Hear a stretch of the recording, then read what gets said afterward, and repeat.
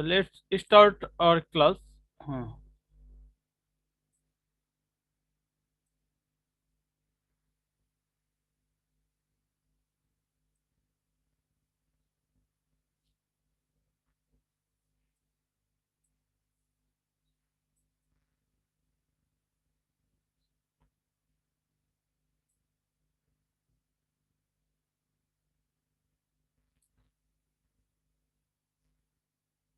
The love and friendship. The poet is fed up with the so-called bond in human relationship. তো কবি অনেকটাই মানুষের বন্ধুত্ব এবং ভালোবাসা নিয়ে খুবই ফেড আপ। কারণ এখানে আমরা শুরু করতে পারি, দেখো, love and friendship by William Shakespeare. Blow blow thou winter wind, প্রবাহিত হও দাও উইন্টার উইন্ড, মানে তুমি শীতের বাতাস। স্যার স্ক্রিন শেয়ার হইতাছে না। হ্যাঁ হ্যাঁ হ্যাঁ, জোরে বলতে হবে, জোরে বলো। স্যার স্ক্রিন শেয়ার হয় নাই স্যার। স্যার স্ক্রিন শেয়ার জোরে হয় শোনা নাই। যাচ্ছে না কেন? স্যার স্ক্রিন শেয়ার হয় নাই। স্যার স্ক্রিন শেয়ার হয় নাই। তোমাদের কথা শোনা যাচ্ছে না ক্লিয়ার। মেসেজ আরে আর একটু জোরে বলো, জোরে। স্যার চ্যাট ডিসেবল কইরা দিছে। হ্যালো, স্যার স্ক্রিন শেয়ার হয় নাই, স্যার স্ক্রিন শেয়ার হয় নাই। স্যার স্ক্রিন শেয়ার হয় নাই। স্ক্রিন দেখা যায় না স্যার।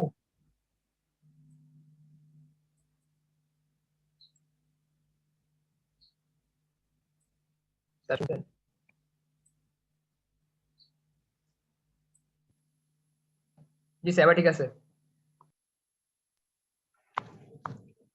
এবার ঠিক আছে স্যার।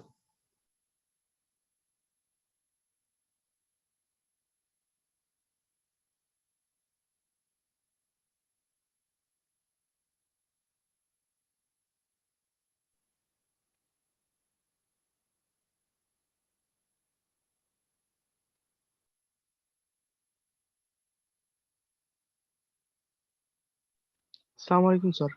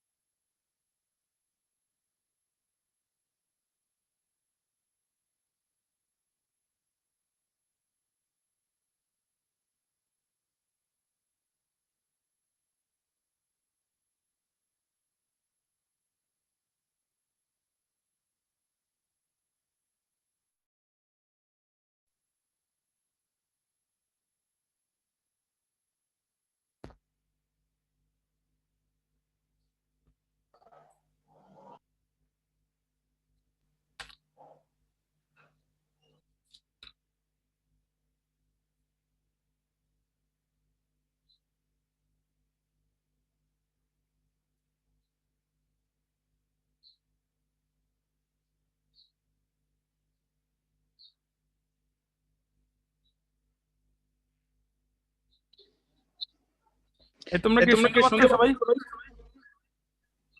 জি জি স্যার। স্যার। স্যার প্রতিধ্বনি হচ্ছে। হ্যাঁ হ্যাঁ, তোমাদের কথা শোনা যাচ্ছে না।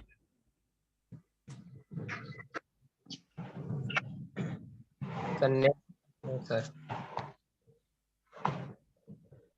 আচ্ছা, ওকে ওকে।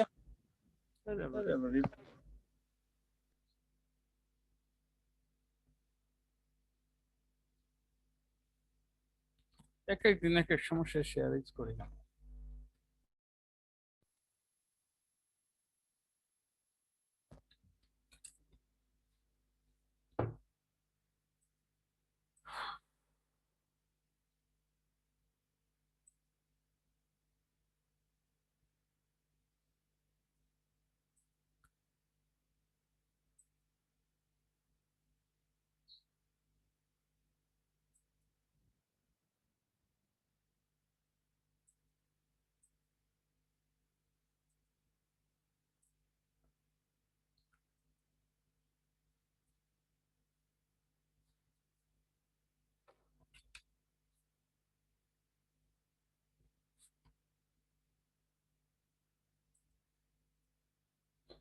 আচ্ছা,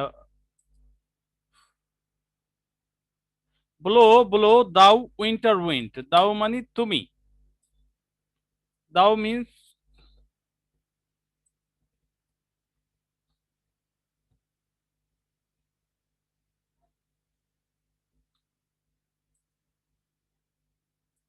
blow blow thou winter wind, শীতের বাতাস তুমি প্রবাহিত হয়ে যাও, দাও আর নট সো আনকাইন্ড। 193 এখনো প্রলোভন প্রবেশ করলে কেমন হবে?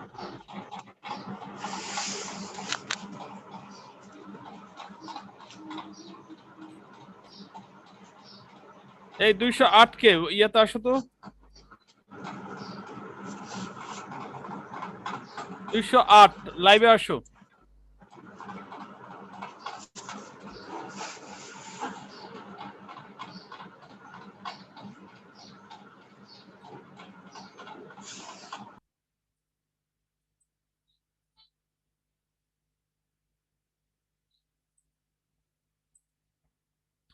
কারোর শব্দ শুনতে পাচ্ছি না, এই তোমরা কি আমার কথা শুনতে পাচ্ছ? জি স্যার। জি স্যার, জি স্যার। শুনতে পাচ্ছি। সাউন্ড তো বাড়ানোই ল্যাপটপের।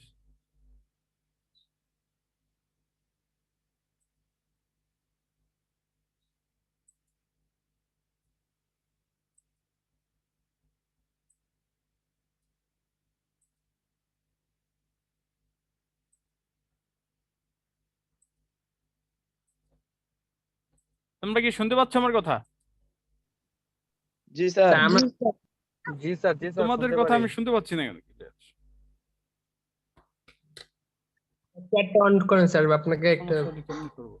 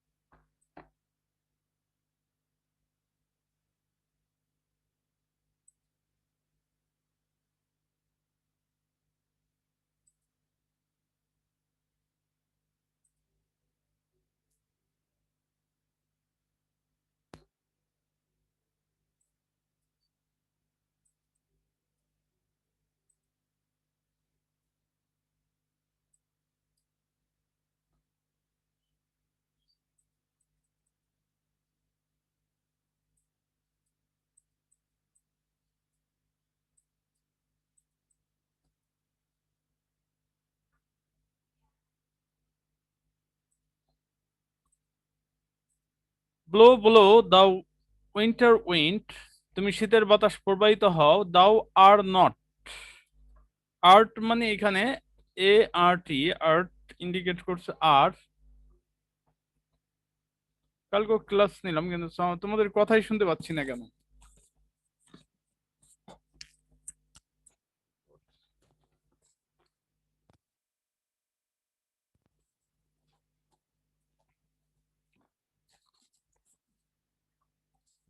হ্যাঁ, ব্লো ব্লো দাও আর নট সো আনকাইন্ড, তুমি অতটা নিষ্ঠুর নও, অ্যাজ ম্যানস ইনগ্রাটিটিউড, মানুষের অকৃতজ্ঞতা বোধ যতটা নিষ্ঠুর ততটা নিষ্ঠুর তুমি নও।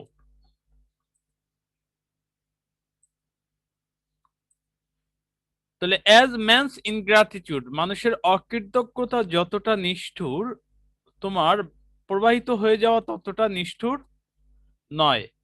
দাই টুথ ইজ নট সো কিন, তোমার দাঁতগুলো অতটা তীক্ষ্ণ নয়, তোমার দাঁত অত তীক্ষ্ণ নয় বা সূক্ষ্ম নয়। বিকজ, কারণ, দাও আর নট সিন, কারণ তোমাকে দেখা যায় না।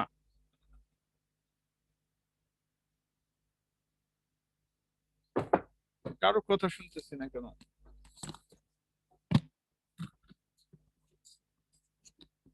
স্যার শোনা যায় তো? আমার কথা শুনতে, তোমাদের কথা শুনতে পাচ্ছি না তো।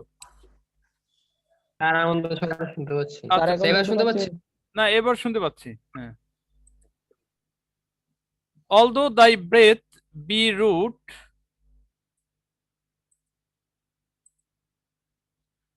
although thy breath, যদিও তোমার নিঃশ্বাস হতে পারে কি রুক্ষ, thy breath be rude,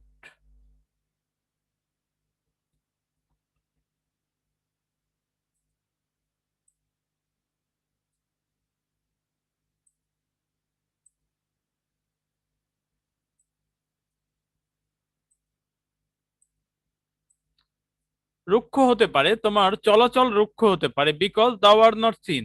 although দাই ব্রেথ বি রুট, যদিও তোমার চলাচল হতে পারে রুক্ষ। হেই হো সিং হেই হো আনটু দ্য গ্রিন হোলি।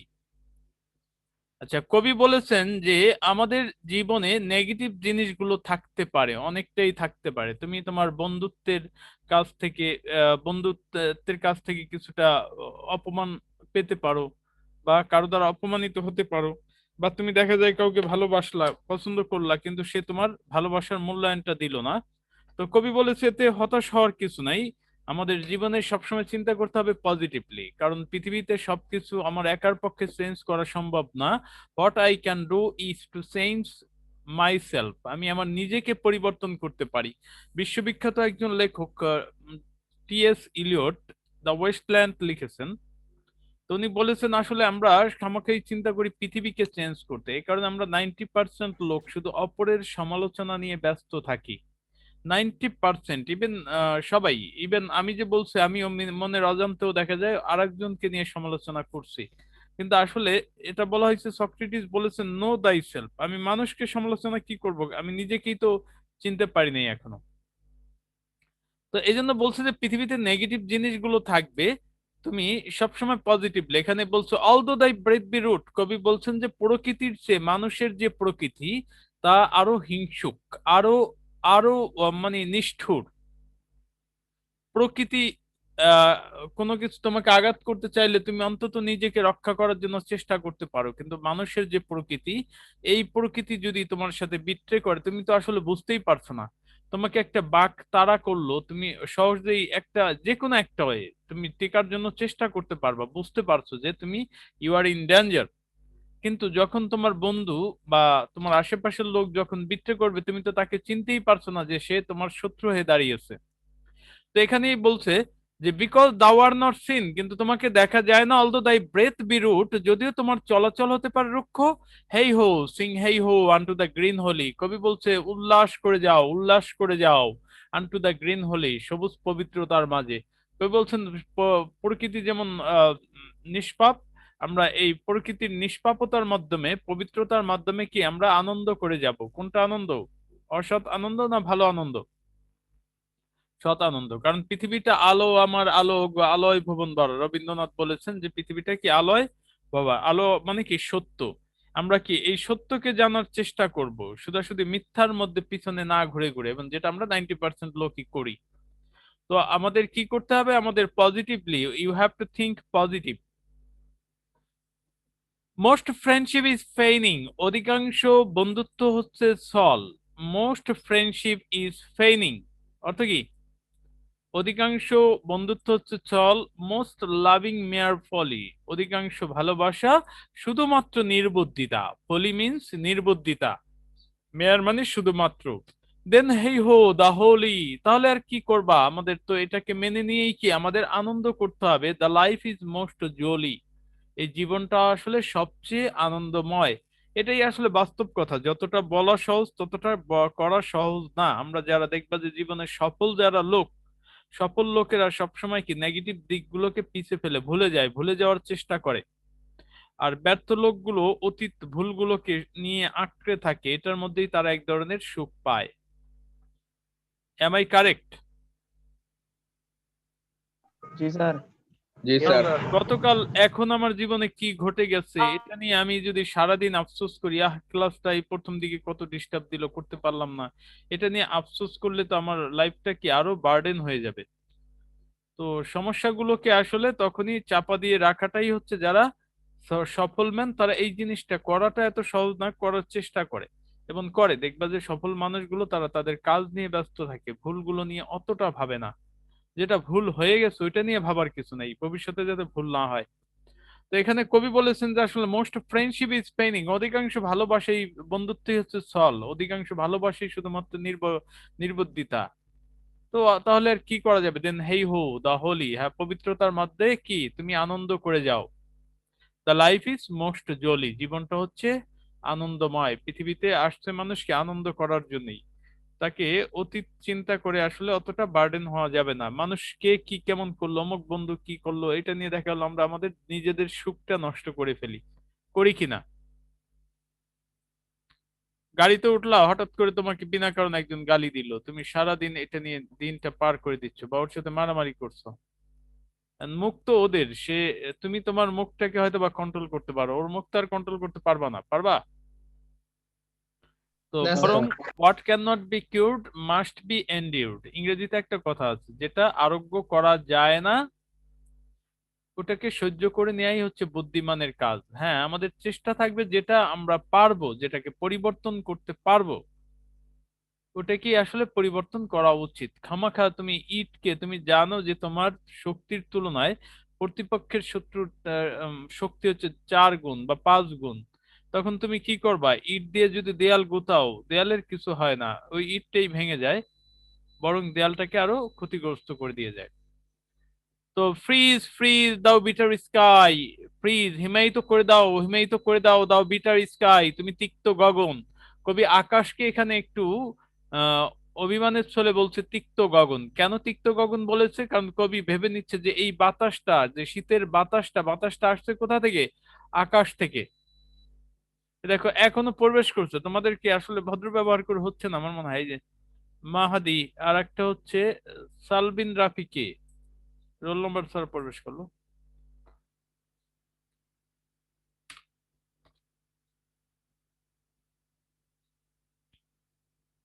এই সালবিন রাফি কে? সালবিন রাফি, সালবিন রাফি রোল নাম্বার কত বলো, নাহলে আউট করে দিচ্ছি। সালবিন রাফি আর 222 লাইভে আসো।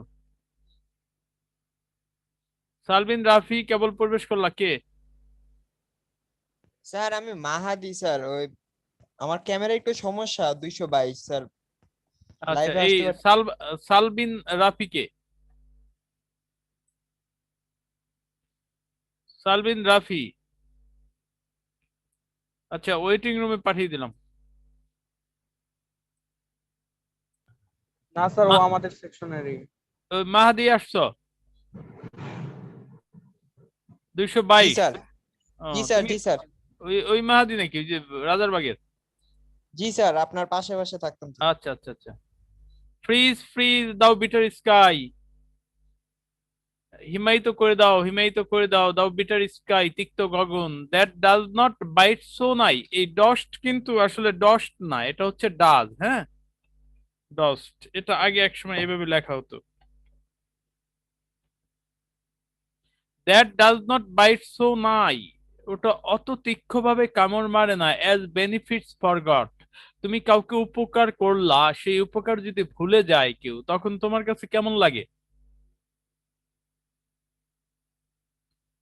দেখা যায় তার খুব জন্য খারাপ। তুমি জীবন দিয়ে করলা, তুমি ভালোবাসলা ভালোবাসলা, হঠাৎ করে দেখলা যে একটা ছেলেকে নিয়ে এসে চলে যাচ্ছে। হুম, তার জন্য তোমার ইনকাম টিনকাম সব দিয়ে দিলা। খুব এটা খারাপ লাগবে হ- স্যার। হ্যাঁ, জানি খুব না স্যার, খারাপ এই লাগবে। অভিজ্ঞতায় পড়ি নাই স্যার। না এটা হয়। কিছুদিন আগে আমি এক ব্রিটিশ নাগরিকের সাথে কথা হলো। তো উনি আসলে ওই যে ইয়াতে দেখা, বসুন্ধরার ওখানে প্রায় 2 ঘন্টা পর্যন্ত কথা হলো। কথা হলো মানে ইয়াং মনে হয়, ইংলিশ ম্যান তো। তো উনি আসলে বাংলাদেশে ওই বড় এনজিও গুলোতে শিক্ষা বিষয়ক কাজকর্ম করেন। মানে এই যে এনজিও গুলো আছে না, এনজিও গুলোর মাধ্যমে কাজ করতে আসেন। তো কথা প্রসঙ্গে তার সাথে কথা হলো। কথা হওয়ার পর তার সাথে সে কিন্তু বিশাল মানে মাপের মানুষ, তার কূটনীতিক পাড়ায় থাকার কথা, সে কূটনীতিক পাড়ায় থাকে না, সে ওই লোকালয়ে থাকে, এবং লোকালয়ে বেশ পরিচিত। পোলাপান দেখা হইলে মোটামুটি বাংলা বলতে পারে, সালাম দেয়, মানে সে খুব জীবনটা এনজয় করে। তাই কোনো কথা প্রসঙ্গে তার সাথে কথা হলো। সে বলল যে সে ওই বার্মার একটা মেয়েকে বিয়ে করছিল, বিয়ে করার পর ভালোবেসে সব পেনশন, আমেরিকার সিস্টেম এরকম আছে যে ভালোবেসে পেনশনের টাকা তাকে দিয়ে দিছে ওই বার্মার ওই মেয়েটা, মহিলাটা। পরে ওনাকে ইয়া করে ছেড়ে আবার বার্মায় চলে আসছে, ভালো কথা। আর একটা মেয়ে আছে, একটা মেয়ে আছে ওনার। তো ওনাকে বললাম যে আপনি কেন আসলে ওই উন্নত লাইফ বাদ দিয়ে কূটনীতিক পাড়ায় না থেকে কেন এখানে থাকেন? সে তখন বলল যে দেখেন কূটনীতিক পাড়ায় থাকলে আমাকে দেখা গেল বিশাল গাড়ি বিশাল সিকিউরিটি নিরাপত্তা, আর এগুলো আমার ভাল লাগে না। তো বললাম যে কেন ভাল লাগে না? বললো যে না, আমি দেখছি যে এই সাবকন্টিনেন্টের লোকগুলো বিশেষ করে বাংলাদেশ, এদের আসলে আবেগ বেশ ভালো, এবং এটা আমি এনজয় করি, যে এই যে ভালোবাসা, পোলাপান ভালোবাসে, সবাই ভালোবাসে। তারপর তার নিজের মেয়ের কথা বললো যে দেখেন আমেরিকায় থাকে, মেয়েটা শুধু জন্মদিনে, আমি তো আমার সব সময় ইয়া থাকি আমার মেয়েটা কখন ফোন দিবে। ওই জন্মদিনে যখন আসে তখন প্রথমেই ফোন দিয়ে যেটা বলে, বাবা তুমি আমাকে $2000 পাঠাও, আমার জন্মদিন কালকা। হুম। তো ইনি বললো যে আমার টাকা দিতে সমস্যা নাই, $2000, কিন্তু আমি তো শুনতে চাই অন্য কিছু, যে বাবা ফোন দিয়ে বলবে, মেয়ে ফোন দিয়ে বলবে বাবা তুমি কেমন আছো, খেয়েছো কিনা। তো এটা আমাদের বাংলাদেশে আছে। তো এই লোকটা তার জীবনের সর্বোচ্চ বিলিয়ে দিছে। আর একটা মানুষ, সে যেই হোক, বার্মিজ হোক আর যাই হোক, কিন্তু এই যে যে মানব, মানে আমি মানুষ সম্পর্কে ফেড আপ হয়ে যাই। জনাথন সুইফট লিখছিল না লিলিপুট, লিলিপুট কি পড়েছো তোমরা? হ্যাঁ, না স্যার। ওই না সয়েন্সি স্যার। লোক থাকে।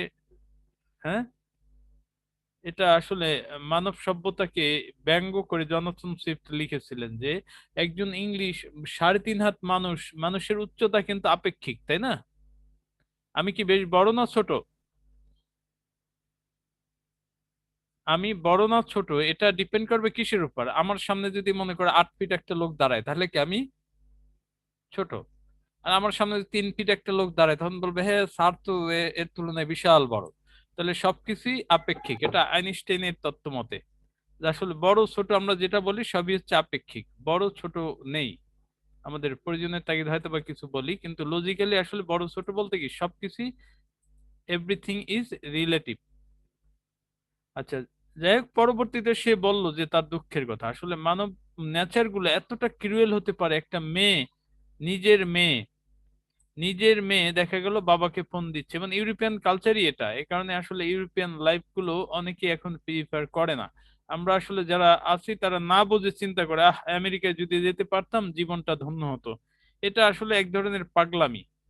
আমার যেটা মনে হয় যে শুধু টাকাটা হচ্ছে জীবনে একটা প্রয়োজনীয়তা, টাকা হচ্ছে প্রয়োজনীয়তা, আর ভালোবাসা হচ্ছে জীবনে আবশ্যিক, যেটা ছাড়া জীবন চলে না। টাকা ছাড়া জীবন চলে যায়, কিন্তু একটা লোককে যদি ভালোবাসা না পায়, দেখবা সে ওই যে মদ গাঁজা বা যাই খাক জীবনটাকে ধ্বংস করে দেয়।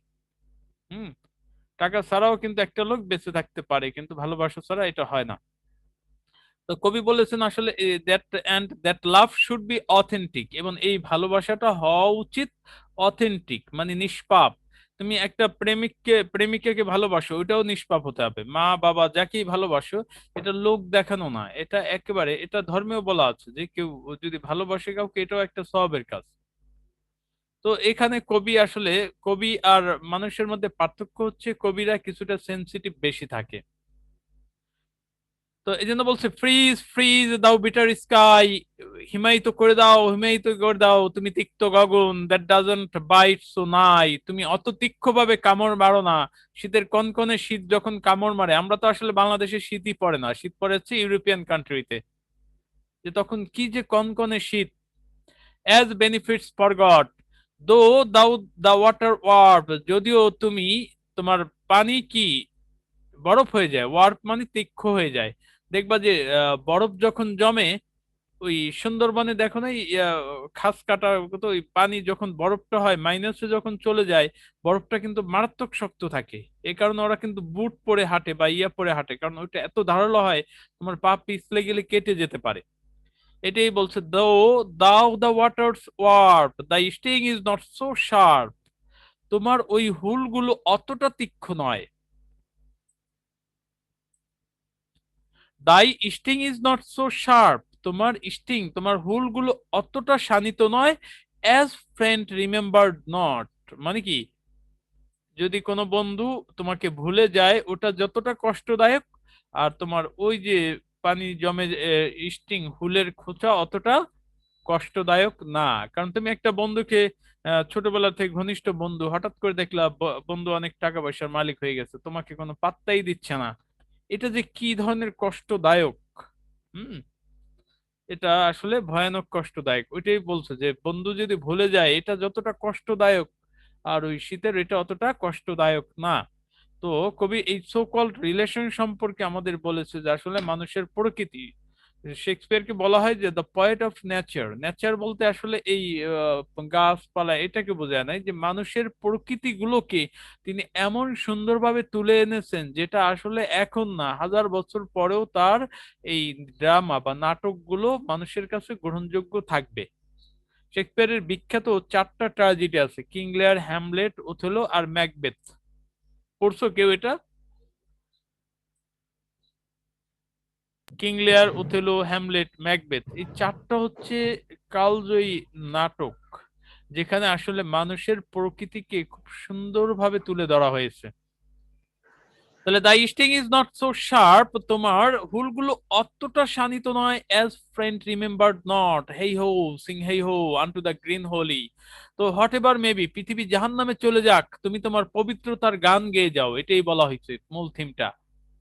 যে আসলে তুমি চাইলেই পৃথিবীকে তোমার কোন বন্ধু বিট্রে করবে ওটা নিয়ে ভাবার তোমার সময় নেই, তুমি তোমার ভালো কাজ নিয়ে এগিয়ে যাও, এগিয়ে থাকতে থাকো। তো আমি প্রায় বলি আসলে এই কবি সাহিত্যিকরা হচ্ছে উর্বর মস্তিষ্কের লোক। দেখো পৃথিবীর বিখ্যাত বিখ্যাত যারা রাজনীতিবিদ, তারা অনেকটা সুনাম থাকে, তারাও কিন্তু এই মনীষীদের বইগুলো পড়েন, কবি সাহিত্যিকদের, যেখানে আসলে মানুষের চিন্তার খোরাক থাকে, মানুষের তোমার চিন্তার ক্ষেত্রটাকে অবারিত করে দেয়। এখানে কিন্তু সিম্পল একটা কবিতা মনে হচ্ছে তুমি নিজেও লিখতে পারবা, কিন্তু যেখানে যে থিমটা তুলে ধরা হয়েছে খুব সুন্দরভাবে তিনি ইতি টেনে দিয়েছেন, যে আসলে পৃথিবীতে বন্ধু, খারাপ বন্ধু থাকতে পারে, অসৎ মানুষের ভিড় তোমার চতুর্দিকে থাকতে পারে, থাকুক, সমস্যা নাই, তুমি যদি পারো চেঞ্জ করো, নতুবা তুমি কি তোমার আনন্দের গান, আনন্দ মানে কি পবিত্রতার গান গেয়ে যাও, সবসময় পবিত্র থাকো, পবিত্র থাকার চেষ্টা করো।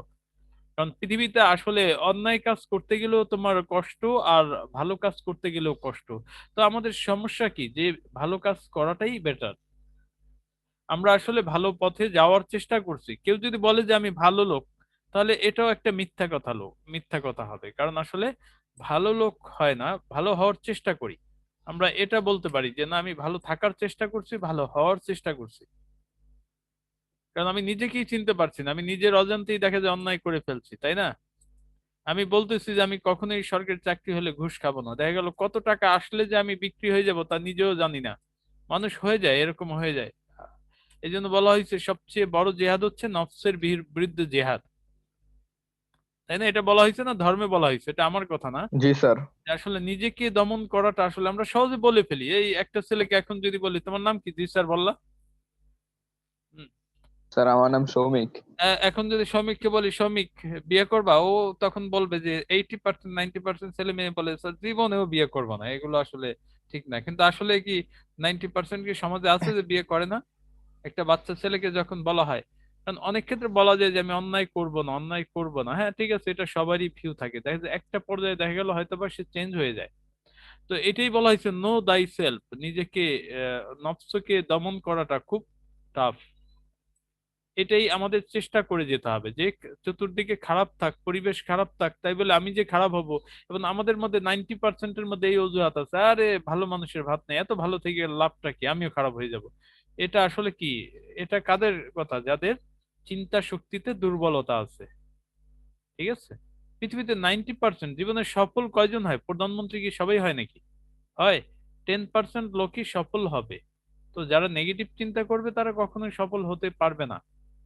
তো আমাদের চিন্তাটা ওইভাবে, পৃথিবী গোল্লায় যাক, কিন্তু আমরা সবসময় কি পবিত্রতার গান গেয়ে যাব। আচ্ছা, তাহলে আবার বলছি, দেখো, ব্লো ব্লো দা উইন্টার উইন্ড, শীতের বাতাস, তুমি প্রবাহিত হয়ে যাও, দাও আর নট সো আনকাইন্ড, তুমি এতটা নিষ্ঠুর নও, অ্যাজ ম্যানস ইনগ্রাটিটিউড, মানুষের অকৃতজ্ঞতা যতটা নিষ্ঠুর। আমরা এভাবে বলতে পারি বাবর্থে, অকৃতজ্ঞ মানুষ যতটা নিষ্ঠুর ততটা নিষ্ঠুর তুমি নও। দাই টুথ ইজ নট সো কিন, দাই মানে দাই অর্থ ইয়োর,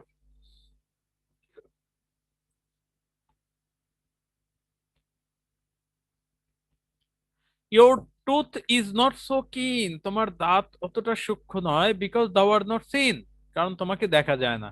এই যে দেখো এখানে টুথ, আসলে কি শীতের বাতাসের কোনো দাঁত থাকে? না স্যার। থাকে না, এটা কাব্যিক মেটাফোর, মেটাফোর বলে। যেমন সুকান্ত ভট্টাচার্যের কবিতা 19 বছরের লিখছে, মনে আছে যে, যে শিশু ভূমিষ্ঠ হলো আজ রাত্রে, আমি তার কাছে খবর পেলাম সে পেয়েছে ছাড়পত্র 1। আরে ক্ষুধার রাজ্যে পৃথিবী গদ্যময়, পূর্ণিমার চাঁদ যেন জলসানো রুটি। তাহলে পূর্ণিমার চাঁদটাকে জলসানো রুটি বলছে কেন বলো তো?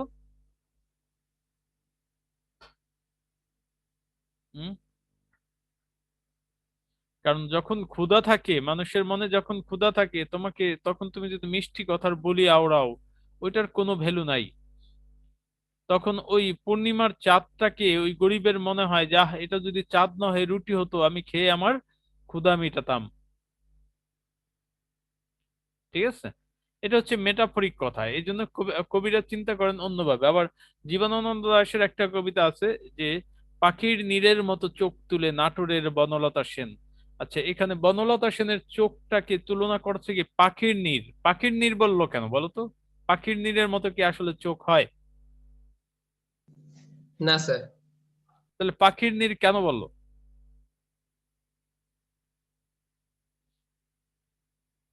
বলতে পারবা পাখির নীড় কেন বলছে? পৃথিবীতে আপন জায়গা কোনটা তা জানো? সবচেয়ে আপন আলায় হচ্ছে কি গৃহ। যেমন আমি তোমাকে সারাদিন বা এক জায়গায় কোথায় সারাদিন বিরিয়ানি খাওয়ালো, ভালো কিছু খাওয়ালো, একদিন দুই দিন তিন দিন ভালো লাগবে, মনে হবে যে কখন বাসায় যাব, কখন বাসায় যাব। আমরা যখন অফিসে যাই ড্রেস আপ একেবারে, ড্রেস আপ সব করা থাকে, কিন্তু বিকাল হলে তখন মনে হয় কি, আহ, কখন বাসায় যাব। কারণ বাসায় থাকে কি পাখির নিরের মধ্যে থাকে একটা মমতা। একটা পাখি তার বাচ্চাকে খাবার এনে দিচ্ছে, এখানে কোনো এই ভালোবাসার কোনো বিনিময় নাই। ওই বাচ্চাগুলো কি বড় হয়ে ওই পাখিকে খাওয়াবে? তা খাওয়াবে না। এটা যদিও মানুষ আমরা করি, যে মানুষ চিন্তা করে যে সন্তান বড় হয়ে খাওয়াবে, এটা আমাদের আসলে সভ্যতার ওইটা চিন্তা, ভিন্ন চিন্তা। এটা একটা সময় ছিল না, আমাদের আসলে ওই প্রকৃতিটাকে একটু অন্যভাবে চিন্তা করছে। আমরাও এখন চিন্তা করি যে ছেলে মেয়ে হয়ে বড় হয়ে আমাকে কামাই করে খাওয়াবে। এটা আসলে রং পারসেপশন। পারসেপশন হচ্ছে তুমি তোমার ব্যবস্থা করে যাবা, আর তুমি তোমার ছেলে মেয়েকে একটা জায়গায় দাঁড় করিয়ে রেখে যাবা, যাতে সে অন্তত তার নিজের পথ নিজে খুঁজে নিতে পারে। আচ্ছা, যাই হোক, এখানে পাখির নীড় বলা হয়েছে কারণ পাখির নীড় একটা ভালোবাসা। আর পৃথিবীতে দেখবা যে বিপরীত লিঙ্গের প্রতি, যেমন বনলতা সেনকে তুলনা করা হচ্ছে একটা একটা নারীকে একটা পুরুষ যেভাবে ভালোবাসে, আগলে রাখে। এই বনলতা সেন রিপ্রেজেন্ট করে আমার মাতৃভূমি বাংলাদেশ দেশটা। তো একটা নারী যেমন একটা পুরুষকে একেবারে দেখা যায়, তুমি দেখা যায় ছোটবেলায় তুমি কি করতা, যে মা মা, এখন আমরা কি মা, মা হচ্ছে সবচেয়ে আপন। তারপরে যখন তোমার বিবাহ হলো, তোমার দেখা যায় ওয়াইফ, স্ত্রী তোমার পাশে কি সবসময় একজন নারী কিন্তু তোমাকে শেল্টার দিচ্ছে। এবং এক্ষেত্রে বনলতা সেনের সাথে বাংলাদেশকে কম্পেয়ার করা হয়েছে যে একজন নারী যেমন একটা ভালোবাসা দিয়ে আগলে রাখে, এবং এই বাংলাদেশ আমাদের কি সেভাবে আগলে রাখছে। তো আমরা যখন সুপারফিশিয়াল মিনিং পড়ি, আমরা কবিতা যখন পড়ি, একজন লেখক, একটা হচ্ছে দুইটা মিনিং থাকে, একটা হচ্ছে ভাষা ভাষা মিনিং, আর একটা, যেমন বনলতা সেনের কবিতা যখন পড়ি আমরা কিন্তু ইন্টারমিডিয়েট অনার্স লেভেলে পড়ানো হয়, আবার আমরা এটাকে খুব আনন্দ পাই, আহ, বনলতা সেন কি চেহারা। আসলে বনলতা সেনটা কে? Banalata Sen represent Bangladesh. My motherland. একজন নারী, একজন নারীর প্রতি পুরুষ যেমন থাকে মানে ভালোবাসার, ঠিক পৃথিবী, আমার বাংলাদেশটাও কি আমাকে সেভাবে আগলে রেখেছে। তো এখানেও কবি বলা হয়েছে যে, স্যার হ্যাঁ, স্যার হ্যাঁ এখন বলো। পর্যন্ত আমাদের কি কি অ্যাসাইনমেন্ট দেওয়া হয়েছে? অ্যাসাইনমেন্ট কয়টা দেওয়া হলো তোমাদের? আহ, ফেব্রুয়ারির দুইটা তো স্যার দিয়ে দিচ্ছি।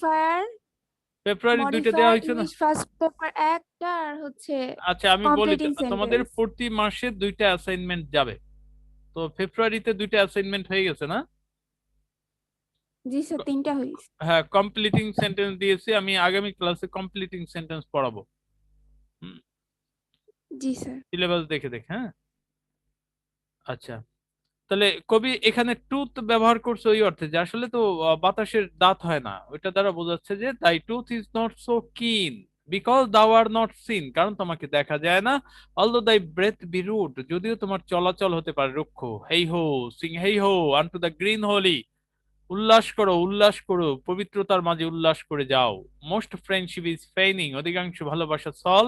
মোস্ট লাভিং মেয়ার ফলি, অধিকাংশ বন্ধুত্ব হচ্ছে ছল, অধিকাংশ ভালোবাসা শুধুমাত্র নির্বুদ্ধিতা। দেন হেই হো দা হোলি, পবিত্রতার গান গেয়ে যাও। The life is most jolly. Freeze freeze thou bitter sky, তিক্ত গগন হিমায়িত করে দাও। দাও ডাজ নট বাইট সো নাই, তুমি অত তীক্ষ্ণভাবে কামড় মারো না। অ্যাজ বেনিফিটস ফর গড, কাউকে উপকার করলাম সে ভুলে গেলে যতটা আমাকে কামড় মারে। দো দাও দ্য ওয়াটার ওয়ার্পস, যদিও তুমি তোমার পানি জমে যায়, the sting is not so sharp, তোমার হুল অতটা শানিত নয়, অ্যাজ ফ্রেন্ড রিমেম্বার্ড নয়।